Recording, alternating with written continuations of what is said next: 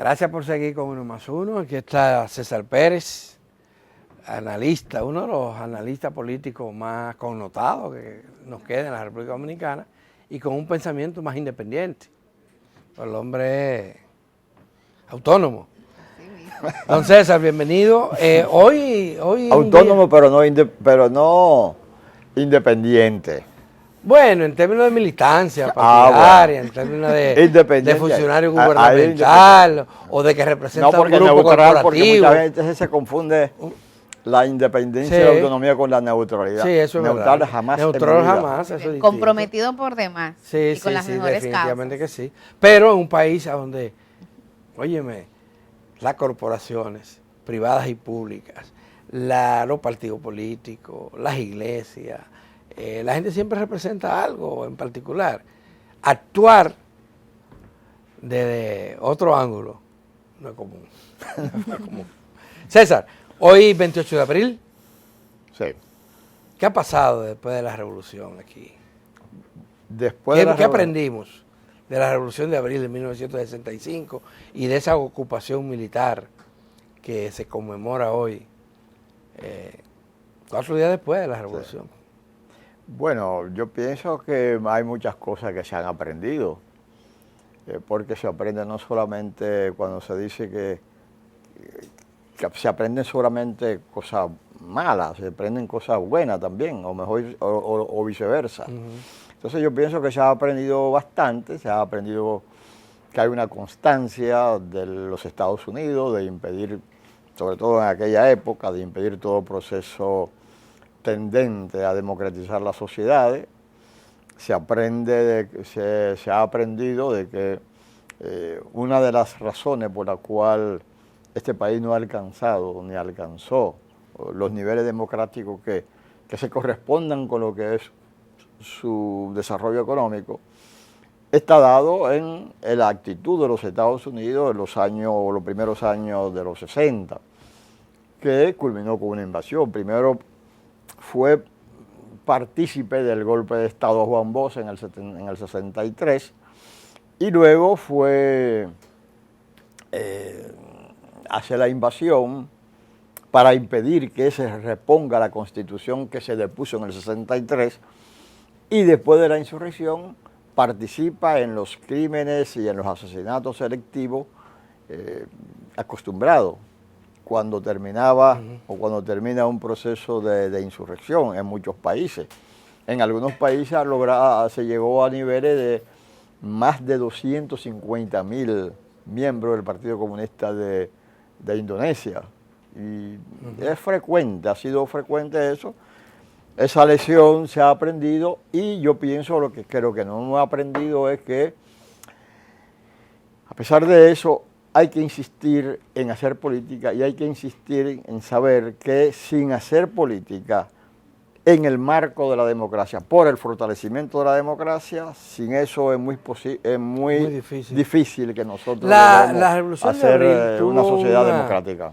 Unió a muchos sectores de la sociedad dominicana para resistir la invasión y además participar en lo democrático. Y habían personas de distintos pensamientos. Sí, una corriente fue de izquierda. Sí, la resistencia fue una unidad, provocó la unidad, porque muchas veces las unidades nacionales y las identidades nacionales nacen de coyuntura o se fortalecen en coyuntura como esa. La intervención norteamericana se mantuvo el espíritu nacionalista dominicano, se reafirmó ese pensamiento nacionalista y se creó un sentimiento antinorteamericano bastante sólido en el país, cosa que se ha ido un poco diluyendo en la medida los Estados Unidos tuvo una política, así como tuvo una política de represión y de asesinato selectivo, tuvo una política de captación y de llevar hacia allá muchos inmigrantes dominicanos que han hecho de los Estados Unidos la diáspora más grande de dominicanos en el mundo. Y naturalmente que eso tiene que influir en una atenuación del Ese sentimiento sentimiento. Y de la influencia que tienen esos dominicanos. Claro, que y se la han ido influencia que tienen. aquí. Pero además hay otro cambio importante, no sé si concuerdas conmigo, en la política norteamericana. Incentivar la represión, el asesinato, ya no es la corriente, No, el ya método no, principal, ya no. es persuadir. Y se persuade de distintas maneras, la inversión en persuadir. Sí. No, ya porque naturalmente todo eso fue un momento de lo llamada Guerra Fría. Claro. Y de una política de impedir cualquier gobierno democrático que no fuese represivo, que permitiese la diversidad, incluyendo la diversidad de partidos de izquierda, de comunistas, etcétera. Eso no lo toleró nunca. Y la represión era contra gobiernos de esa naturaleza, golpe de Estado. Golpe de Estado y represión. Sí, y represión. Eso, vamos a hablar un poco, porque César Pérez ha militado en la izquierda y ha sido un teórico de la izquierda dominicana. César, vamos a hablar de esa izquierda. ¿Por qué la izquierda en República Dominicana cada vez menos o cada vez más se aleja de ser una opción de poder? Diferente a lo que ha ocurrido en otros países de América Latina y de Europa. ¿Verdad? Aquí no, aquí es al revés. Yo pienso, y no sé si concuerda conmigo también en esto, de que hoy la izquierda es más débil que lo que fue en los años 60 y los años 70. Claro, mucho más. Mucho más débil. ¿Qué pasó ahí? Bueno, en Europa sabemos por qué la izquierda es fuerte. Europa es el centro, el continente donde se consolidó el sistema democrático, ¿no? Y esa consolidación del sistema democrático no se hizo porque los grupos políticos se pusieron de acuerdo simplemente, sino porque existió un movimiento gremial, un movimiento obrero sólido que dio agrupaciones políticas vinculadas al movimiento obrero, a los trabajadores, sólidos, electoralmente poderoso, como en Italia, que llegó a tener el 34% de la votación, que es bastante, y ahí se consolidó. En América Latina, en algunos lugares, ha sido fuerte también, en Chile, Argentina, en Uruguay, en gran medida en Argentina, en gran medida en Colombia. O sea, ha habido algunos países donde, en Perú, Brasil. En Brasil, con el Partido de los exacto, en Trabajadores. Brasil, que hay gobierno. Y yo creo que lo fue por en gran medida las razones que provocaban, que sí hubo en Europa, eso hubo en esos países, movimiento obrero, movimiento de trabajadores sólidos que dio agrupaciones políticas En el caso de América Latina también el campesinado jugó un papel también importante. el campesinado, pero todo surgía de lo que eran esos movimientos de izquierda urbano, con mucha solidez, con mucho arraigo, con mucho sentimiento de identidad de parte de la gente en ello. Ahora, luego de los años 80, se comienza lo que se llaman los nuevos movimientos sociales. Unos movimientos sociales que hacen su política, y en Europa fue un poco igual, hacen su política en el territorio, trabajan el territorio.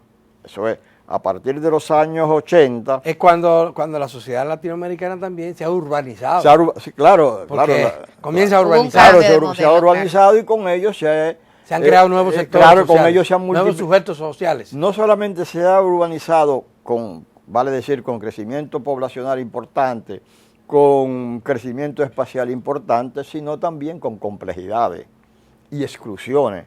En la medida en que se ha hecho este proceso de urbanización, se ha acompañado con un proceso de exclusión social muy importante. Entonces, eso ha determinado que muchos grupos de izquierda han entendido que luchando por la reivindicación y la inclusión social en el territorio es la manera en cómo no solamente de vincularse, no solamente de apoyar esas reivindicaciones, sino incluso hasta de crecer.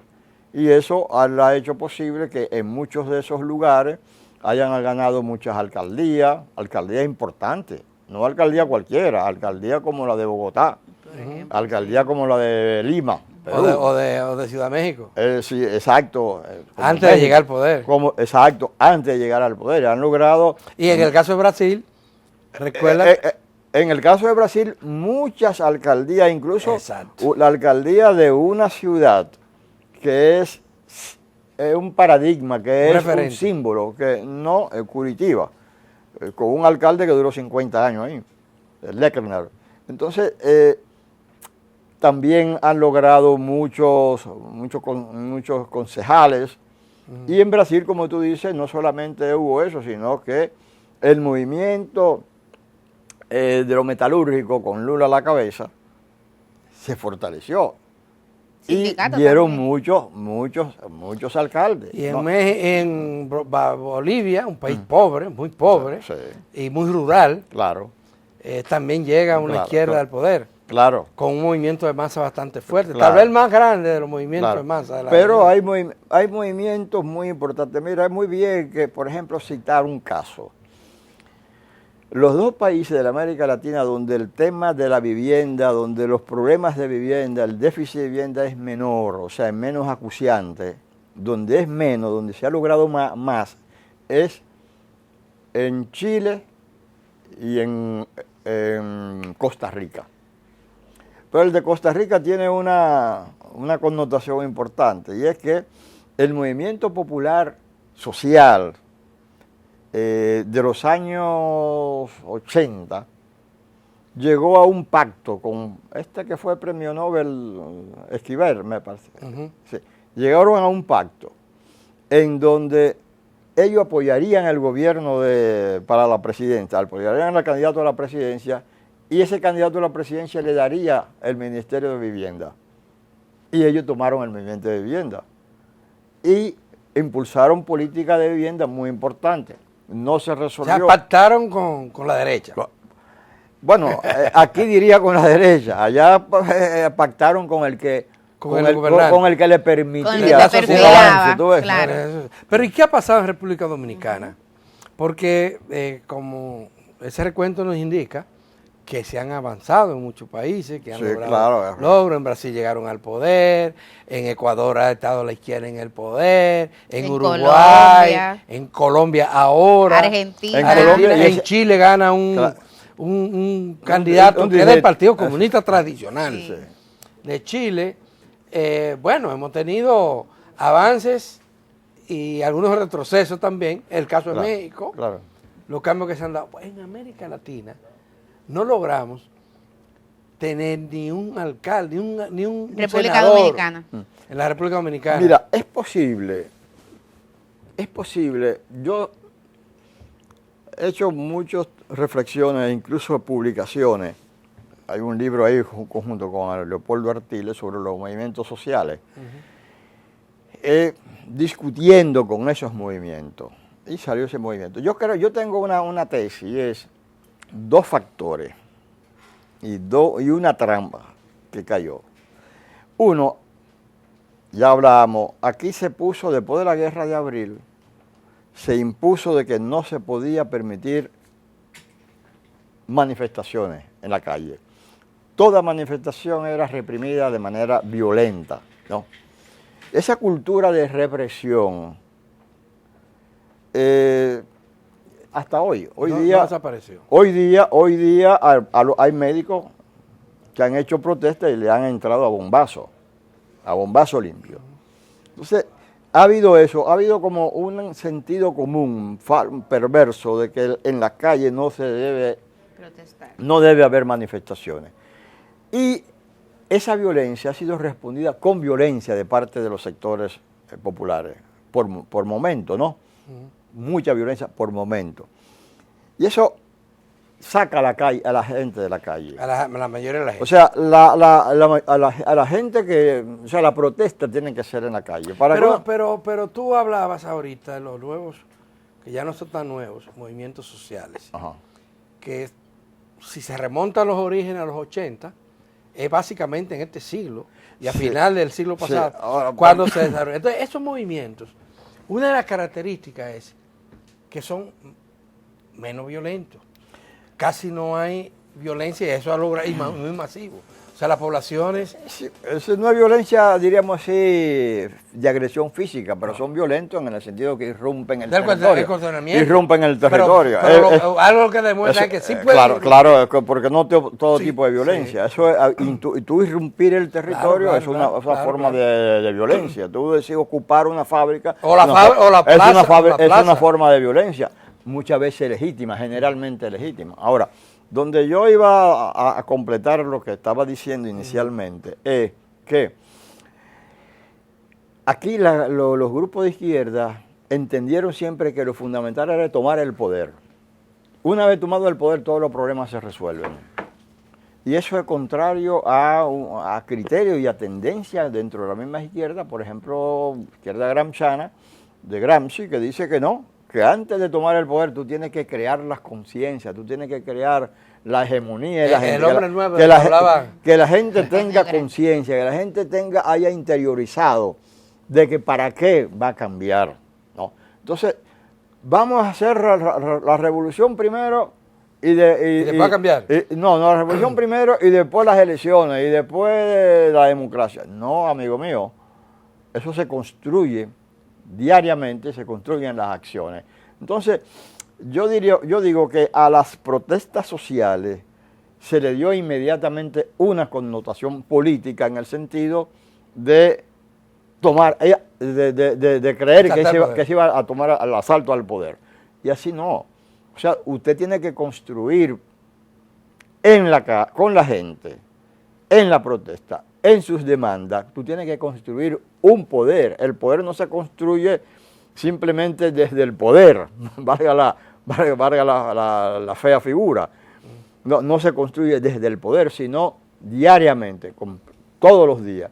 Y nosotros no hemos entendido eso. En ese artículo que yo publiqué antes de ayer, decía, en unas vueltas que he estado dando en la Sursa, oye, la Sursa, eso es un lugar de tú estar haciendo política ahí, para que la gente de la Sursa se apoderen del río y que no le quiten el río, que es el mejor de los atributos que pueda tener una ciudad, el agua.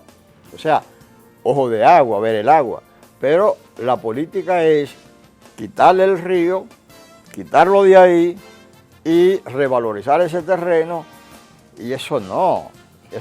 Entonces, ¿por qué no hay una acción en la preservación de la gente en ese lugar? Estamos hablando de decenas de miles de habitantes. Que son posibles votantes. Entonces, claro, exacto, es un caladero de votos. Sí. Pero un caladero de votos, ¿de quién es? Del que da la fundita. Claro. No del que lo acompaña en su César, lucha. tenemos que hacer una pausa para cumplir con algunos compromisos comerciales. Pero volvemos. Estamos conversando con César Pérez, sociólogo, articulista connotado de la República Dominicana.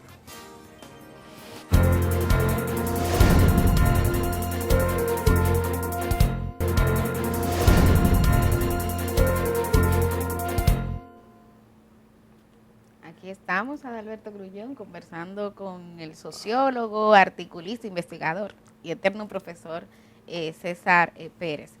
César, uno de los acontecimientos de esta semana fue una jornada de movilización que convocaron un conjunto de organizaciones populares en el Cibao. Y a nosotros nos llamaba la atención aquí la persistencia en usar métodos que corresponden a décadas pasadas. Me gustaría tener la lectura de usted sobre ese acontecimiento, por favor. Bueno, yo pienso que en gran medida se inscribe, como tú dices, un método de lucha muy parecido. No tuvo esa violencia acostumbrada. En gran medida se puede decir que discurrió de manera pacífica, pero la gente no estuvo en la calle, que eso es lo que a mí me parece que ahí donde se falla. Otro elemento que me parece que a tomar en cuenta es el paro, quienes paran, o sea, quienes no trabajan. Sectores medios, muchos sectores medios, muchos buhoneros, muchos vendedores ambulantes, muchos gente cuenta propista. No fueron los muchachos no fueron a la escuela. O sea, yo creo que eso, ¿en qué medida afecta eso al capital? Y al gobierno. Y al gobierno para sentarlo a discutir. No podría calibrarlo, no podría decir que en nada, pero la intuición es que en poco, eso es mi intuición. Entonces, las huelgas son generalmente hechas contra el capital para obligar al capital a hacer negociaciones que mejoren las condiciones laborales y salariales en las cuales está el trabajador. Pero estos son paros de actividades donde las grandes fábricas en gran medida siguen trabajando normalmente, porque la sindicalización es muy pobre en nuestro país. El sindicato no puede decir yo no voy a trabajar hoy, estoy de huelga, porque lo tiran hacia afuera. Esas son de las cosas que hay que luchar en este país, que haya libertad y que haya posibilidad de sindicalización sin represión. Entonces, se dice fue un éxito, pero un éxito...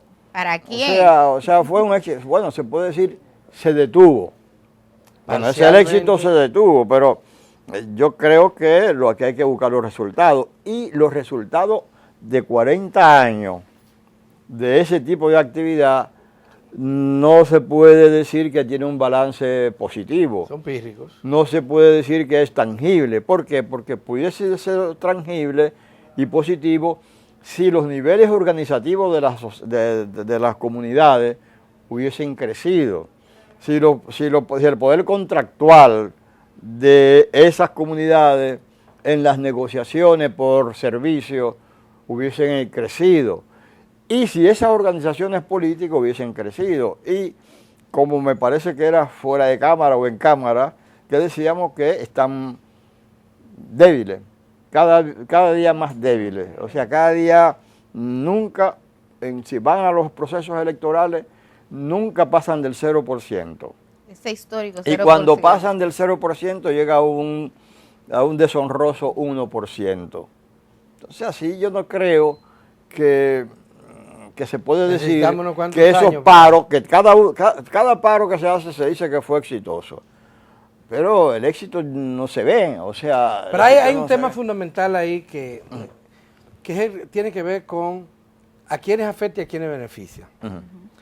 Si los grupos alternativos, de izquierda nueva, de izquierda vieja, de lo que sea, levantan los intereses de la mayoría, defienden los intereses de la mayoría, ¿en qué medida esos intereses están representados en...? Sí, pero que lo defienden, lo defienden realmente, lo defienden, pero las comunidades son las que tienen... ¿Pero cuáles son la mayoría? Porque déjame decirte, los trabajadores autónomos, tú sales a preguntarle que si estaban en desacuerdo. ¿Desacuerdo? Los transportistas.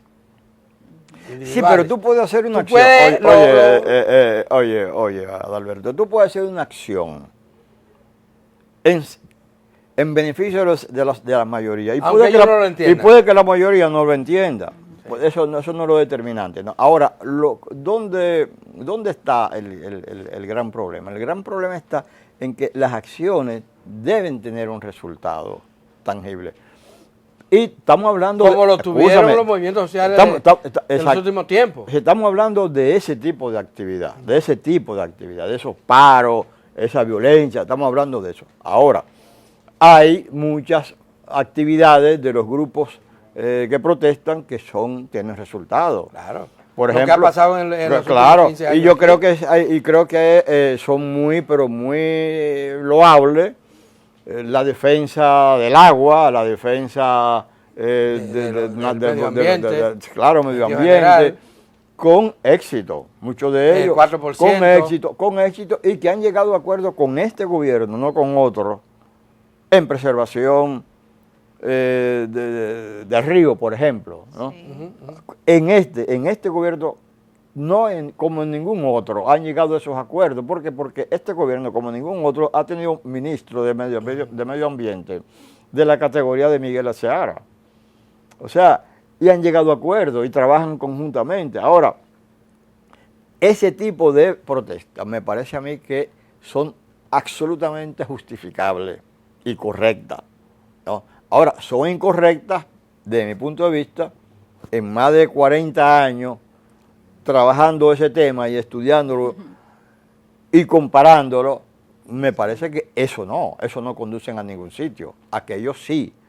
Y ha habido también, por ejemplo, el movimiento de los haitises, se detuvo eso. O Loma Miranda. Loma Miranda, se detuvo eso. La renegociación de la Barri. Claro, se han detenido eso. Ahora, lo que sí me parece es que hay que reflexionar sobre esa práctica que tú tienes que erradicarla. Tú no puedes durar 40 años haciendo lo mismo con resultados. Y siempre diciendo triunfé sin resultados. Hay otro tema. Estamos conectados. Hay otro tema sobre el que me gustaría también tener la lectura del profesor César Pérez. En el bloque anterior hablábamos un poco de las izquierdas y del comportamiento en la región. Y un elemento que uno ve que es transversal es la unidad. Son organizaciones que generan acuerdos entre las mismas izquierdas, pero inclusive llegan a pactar con sectores de lo que uno podría denominar conservadores para demandas concretas. En República Dominicana, profesor, eso sigue brillando por su ausencia. Nosotros tenemos elecciones el próximo año y todo parecería indicar que las organizaciones que tienen reconocimiento electoral, que se denominan progresistas, no van a lograr articular un solo bloque unitario para participar electoralmente. ¿Qué es lo que pasa aquí, profesor? Sí, mira, a mí me parece que puede que no haya acuerdo para votar por el candidato al presidencial de un partido mayoritario. Ahora, esos partidos que son mayoritarios a veces llevan candidatos locales, votables y decentes, preparados incluso. Yo pienso que se podría llegar a pacto con algunos de ellos. O sea, llegar a pacto con algunos de ellos y viceversa. O sea, presentar un buen candidato unitario de sectores progresistas y de izquierda y que lo apoye ese partido. Pueden llegar a esos tipos de acuerdos. Hay una parte de los grupos que creen que está totalmente de acuerdo con usted, profesor, en ese sentido. Pero hay otra parte que dice que eso es el pecado capital, el pecado capital. No venía al capital.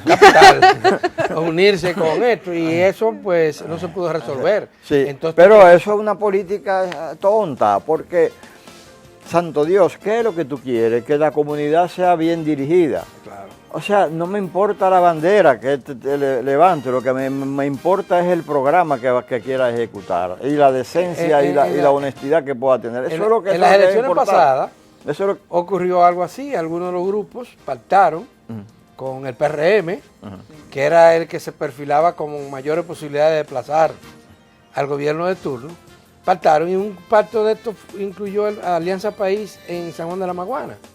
Sí. Y el PRM le cedió un candidato. Y yo creo que eso podrían hacerlo. Y el PRM le conviene tener buenos candidatos locales. Y a la izquierda le conviene buenos candidatos locales. Hay un ganar-ganar. Claro, porque y al país le conviene que hayan voces distintas. Un buen gobierno, porque también ese es otro déficit que nosotros tenemos. Un buen presidente, un presidente es mejor con buenos alcaldes, buenos concejales, buen congreso, es mejor. O sea, porque un presidente no lo va a hacer todo, no lo puede hacer todo, jamás. Eso era antes, eso era hace 200 años, pero ya no, la sociedad es bastante compleja, hizo mucho de las voluntades, hizo mucha de las diversidades de opiniones, articularla es el tema. Pero los presidentes a veces piensan que ellos pueden resolverlo y no es así. Entonces le convendría a todo, al país, como tú dices. ¿Qué resultado usted espera de la participación de las izquierdas en las elecciones próximas? Bueno, hasta ahora yo veo que van trillando el camino de siempre. Ya hay 4 candidatos presidenciales. Algunos que se dice que son innegociables. Y algunos que sabemos que son innegociables. Entonces, así no vamos a ningún sitio. A ninguno. Ay, profesor, qué malo terminar así, con ese pronóstico. Pero eso es lo que hay. Es lo que hay. Eso es lo que hay, no podemos inventar otra cosa. No, porque a veces dicen que pesimista, pero hay lo que le llaman pesimista. Realista. Optimista. No, pesimista de la inteligencia. De la inteligencia. Damas y caballeros, se nos acabó el tiempo, se termina de esta manera la semana laboral en este programa. Hoy es viernes, pórtense bien este fin de semana que es larguísimo. Va a y que se cobra también. El martes, no el lunes, porque el lunes es el Día Internacional de los y las Trabajadores de la República, del mundo, y aquí se va a conmemorar también.